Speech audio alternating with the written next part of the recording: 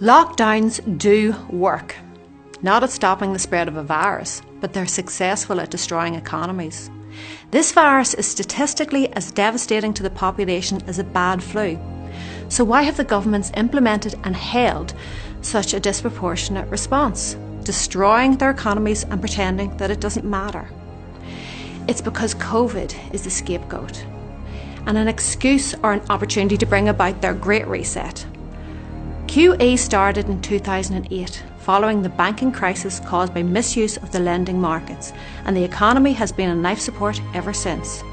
In September 2019, a month before Bill Gates' Event 201, the overnight money market seized.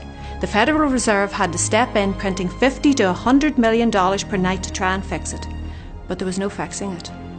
Since COVID, they have expanded the money supply by between 20 to 25% under the guise of COVID relief, rather than what is another banking crisis. History tells us this money printing ends with the collapse of the currency and the economy it is attached to. Since 1971, when the dollar as the reserve currency came off the gold standard, all currencies have been fiat. They are backed by nothing and dependent on faith. Only 3% of the money supply is physical notes and coins. The other 97% is debt-based. Debt brings money into existence. You borrow $100,000 and the banks are allowed to create that money from the ether and loan it to you with interest. In the reverse case, it's important that you know that when you deposit money into a bank, it no longer belongs to you. The banks can legally invest 90% of it and they provide you with interest for this.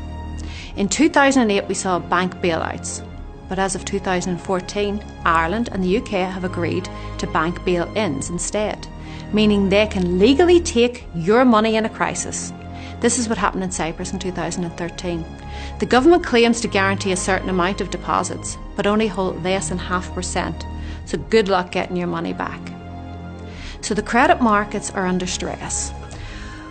What is the best pressure release valve for the credit markets? To hold back a collapse. It's a weaker economy. This could be part of the reason the economy was shut down. The difficulty they now face in opening back up is when you combine an increase in money supply with an increase in velocity, you're inviting inflation. In 2008, QE was given to the banking sector and large corporations, but in 2020 it was also given to the general public, readily available now to spend. By keeping sectors of the economy closed, you are breaking the velocity. Velocity is the number of times the same amount of money changes hands. An increased velocity will lead to inflation, but it isn't essential for it.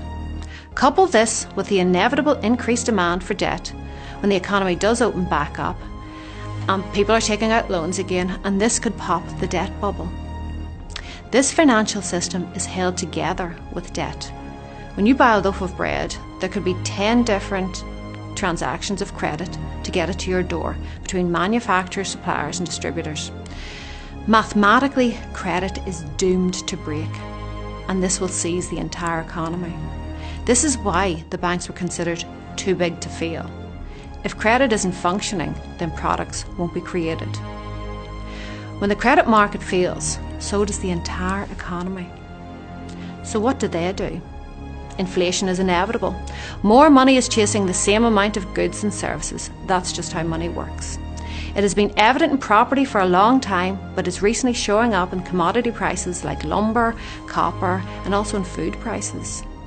Inflation initially raises asset prices and then filters down into living costs. The last to inflate is wages, making it increasingly difficult for the less wealthy to buy property, as their wages only meet their living expenses. The government have got themselves into overwhelming debt, so they can't raise interest rates, or they won't be able to service that debt, as they can barely meet the interest requirements. It seems they are planning to let inflation rise, trying to maintain some control over it and inflate away the debt. Inflation is a hidden tax. Just as they inflate away the debt, they inflate away your purchasing power, and you slowly lose everything you've worked for. With inflation and bank bail-ins, they're taking your money. The danger here is hyperinflation if control and faith are lost. Look at Venezuela and Zimbabwe, where currency litters the streets and it has so little purchasing power that it isn't even worth picking up. We are moving into a central bank digital currency. This has already been rolled out in China, with Sweden, Turkey and Iran following. With digital currency, the government have complete control, as it is programmable. It is the loss of your freedom and privacy. They can control velocity by programming it with expiry dates or deciding where in the economy can be spent. They can limit your leisure spending, prohibit you from buying certain items, or only allow spending on basic food items and rent. They can tax and fine directly. They have control. They can incentivise you to spend or save with negative or positive interest rates respectively. How would you implement a control agenda?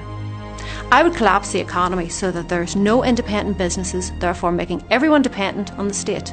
I'd provide them with a generous universal credit system, then slowly reduce it or inflate it away. The concept of UBI has been about for some years now. Over 80% of jobs that make moderate to low wages are predicted to be automated away by 2030. Humans are becoming surplus to requirement. In the fourth industrial revolution, according to the World Economic Forum, our bodies will be so high-tech we won't be able to distinguish between what's natural and what's artificial. A future of superhumans. It's frightening.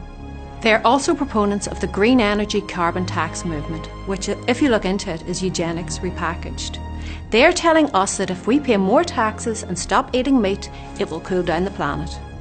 The middle and working classes will be eroded and replaced with robots, AI and big corporations, and given a basic income. So how is this funded? The Davos IMF concept is that you will own nothing and be happy. So is the idea to confiscate or severely limit all private property? The other option is taxes, but the rich don't pay taxes. The loopholes are designed to be beneficial to them but too costly for us. While a universal basic income is proposed, the more effective solution to stop the wealth divide would be a universal maximum income with a wealth cap. Let them have 20 million, that's a lot of money, they can buy all the houses and yachts that they want.